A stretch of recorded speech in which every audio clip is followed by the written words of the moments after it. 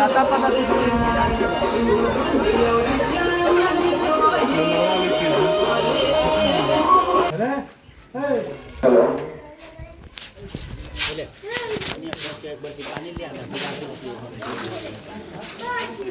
मेरा नाम सनी कुमार है। मैं हल्दी छपरा मुनेर का रहने वाला हूँ और मैं इस बार निर्दलीय विधानसभा का चुनाव लड़ने जा रहा हूँ। और मैं आप लोगों को बताते चलूं कि निर्दलीय प्रत्याशी जो होते हैं वो जनता के प्रत्याशी होते हैं, वो गरीबों के प्रत्याशी होते हैं, मजदूरों के प्रत्याशी होते हैं, वो कामगारों के प्रत्याशी होते हैं, वो किसानों के प्रत्याशी होते हैं, वो दुकान चलाने वालों के प्रत्याशी होते हैं, वो ठेला चलाने वाले के प्रत्याशी होते हैं, वो हर एक निम्न वर्ग के व्यक्तियों के प्रत्याशी होते हैं ना। क्योंकि पार्टी के जो प्रत्याशी होते हैं वो पार्टी के लिए पहले काम करते हैं। कोई भी प्रत्याशी अगर पार्टी के है तो पहले पार्टी का काम करेगा। एक ठेला चलाने वाला पहले काम नहीं करेगा, एक दुकान चलाने वाला पहले काम नहीं करेगा। पहले किसका काम करेगा? जिसने उसको टिकट दिया है काम करते हैं। तो पहले पब्लिक का काम करते हैं, क्योंकि उनका पार्टी पब्लिक ही होता है, जनता ही होती है। तो हम यही चाहेंगे कि आप लोग आशीर्वाद दीजिए ताकि आपका बेटा भाई गांव का रहने वाला, मैं एक किसान परिवार से हूँ और मजदूर काका सकते हैं कि बेटा है। और क्योंकि हम लोग का जो वर्ग है, मजदूरों की संख्या, गरीबों की संख्या, कामगारों की संख्या, ठेला चलाने वालों की संख्या, दुकानदारों की संख्या, इनकी संख्या कोई बताता नहीं है कितनी है, मगर मैं बता रहा हूँ, आपने कभी सुना नहीं होगा। कामगारों की संख्या, मजदूरों की संख्या, गरीबों की संख्या 95% है। कितनी संख्या है? 95%। मात्र 5% अमीर लोग हैं जो पूरे 95% लोगों का ठगने का काम करते हैं, शोषण करने का काम करते हैं। आप सोच सकते हैं, एक मजदूर, एक कामगार 18-18 घंटा काम करता है। एक मजदूर 18-18 घंटा काम करने के बाद उसका परिवार का पेट ठीक नहीं होता है। प्रश्न है सोचने वाली, एक मजदूर जो है 18 घंटा काम करने के बाद भी उसको बच्चे के इलाज के लिए पैसे उसके पास नहीं होते हैं। तो आखिर के मजदूर होते चले जा रहे हैं। कामगार पूरी जीवन काम करने के बाद भी एक अच्छा बच्चों को पढ़ा नहीं पाते हैं, अच्छा परवरिश नहीं दे पाते हैं, अच्छा मकान नहीं बना पाते हैं। पूरा जीवन 18-20 घंटा काम करते हैं, फैक्ट्री में, खेत में, मजदूर, फिर भी उनका परिवार ढंग से नहीं चल पाता है। उसका कारण क्या है? एक ही कारण है, ये जो अमीर लोग हैं उनकी एक यूनिटी है, टीम है, और पूरा प्लान सेट करते हैं इन गरीबों को, मजदूरों को, किसानों को, ठेला चलाने वालों को, छोटे दुकानदारों को, रोड पे काम करने वालों को, फैक्ट्रिया में काम करने वालों को कैसे हम ठगेंगे, वो पूरा योजना बनाते हैं और वो कामयाब भी होते हैं। तो सोचने वाली ये बात है कि 95% हम लोग हैं और 5% है। उसकी संख्या कितनी अमीरों की संख्या जो हमें ठगने का काम करते हैं उनकी संख्या 5% है। और ये बात कोई नहीं बताता है, कोई भी न सरकार बताती है और न ये विपक्ष में बैठे राजनीति करने वाले लोग। मैं बता रहा हूँ पहली बार आपको, तीन कामगारों की, मजदूरों की, है ना, श्रमिकों की संख्या कितनी है? 95%। और ये 5% जो बैठे हैं अमीर लोग, पूरे 95% का ठगने का काम कर रहे हैं, लूटने का काम कर रहे हैं। तो हमें पहचानना है, क्या पहचानना है कि हमारे वर्ग से कौन है। हमें जाति से कोई लेना देना नहीं है, हमें हमारे समाज का कौन है। ये हमें पहचानना पड़ेगा, तब जाके हम सही कैंडिडेट को चुनाव कर पाएंगे।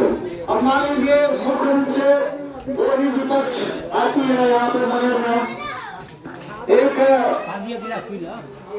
आरजेडी के कैंडिडेट है, आरजेडी के कैंडिडेट है जो 4 साल से जीत रहे हैं। कितने साल से? 4 बार जीत चुके हैं। कई जगह उनकी कई राज्यों में कंपनियां और फैक्ट्रियां चल रही है, एसी वाले गाड़ी में घूमते हैं। पटना से लेके कई जिलों में उनका मकान बिल्डिंग के बिल्डिंग किराए पे लगा हुआ है। अब वो आएंगे, इसी गांव में आएंगे और बोलेंगे कि मैं गरीब का बेटा हूँ, हमको वोट दे दो। तो क्या गरीब लोग हम नहीं पहचान पाएंगे? सोचने वाली बात है।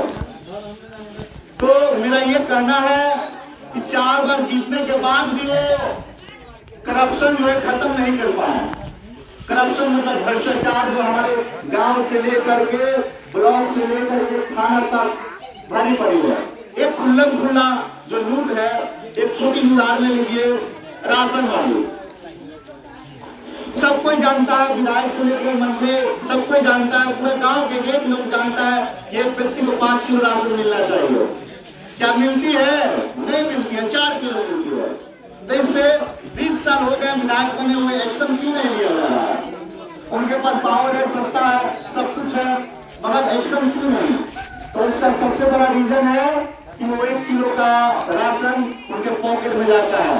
1 किलो का जो पैसा है वो उनके पॉकेट में जाता है और उसी पैसा से आगे तरह तरह के बिल्डिंग छोड़ रहे हैं। हर एक जिला में अलग अलग राज्यों फैक्ट्रियां बना रहे हैं ना। तो ये चीज हम लोग को समझना पड़ेगा। जब तक हम लोग नहीं समझेंगे, हमारा सही का चुनाव के लिए नहीं चुनेंगे, तब तक हम लोग का कुछ होना जाना नहीं है। रही बात हम लोग कहते हैं कि ऊपर देखेंगे, ऊपर देखेंगे, ऊपर देखने से क्या हम सही रास्ता पकड़ पाएंगे? अगर ऊपर देख के हम चलते हैं तो क्या सही रास्ता का चयन कर पाएंगे? नहीं। अभी 3-4 दिन पहले कांड हुआ मलेर में, एक बच्ची के साथ दुष्कर्म हत्या।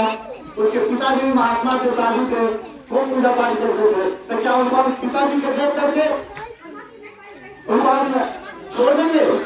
उनको सजा नहीं मिलनी चाहिए? उनको हम तरक्की पे उठाएंगे?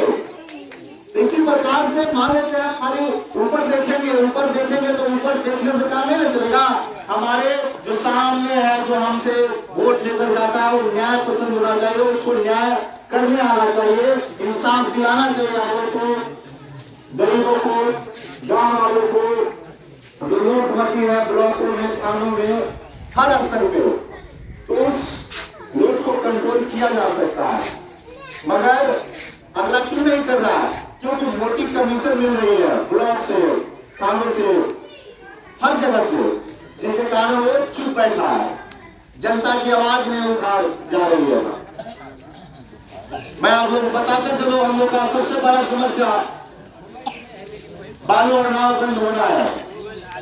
मैं आप लोग को बताते चलो कि बालू और नाव को चालू कराने के लिए मैं मलेर के सबसे बड़ा आंदोलन का नेतृत्व किया। आंदोलन मैंने किया, गांधी मैदान से ब्लॉक का घेराव किया, जिसमें पूरे छपरा जिले के, आरा जिले के पूरा अपना मलेर मेरा हर एक लोग पहुंचे, ब्लॉक को हम लोग घेरे, उसका मैंने नेतृत्व किया, संचालन किया।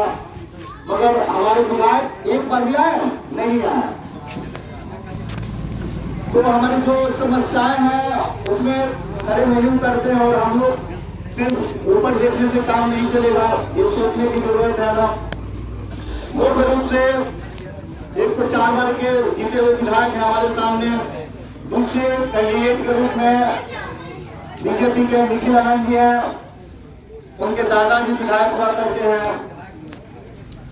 तीसरे रूप में हमारे पूर्व विधायक हैं, वो खुद विधायक रह चुके हैं, उनके पिताजी रह चुके हैं, उनकी माँ रह चुकी है।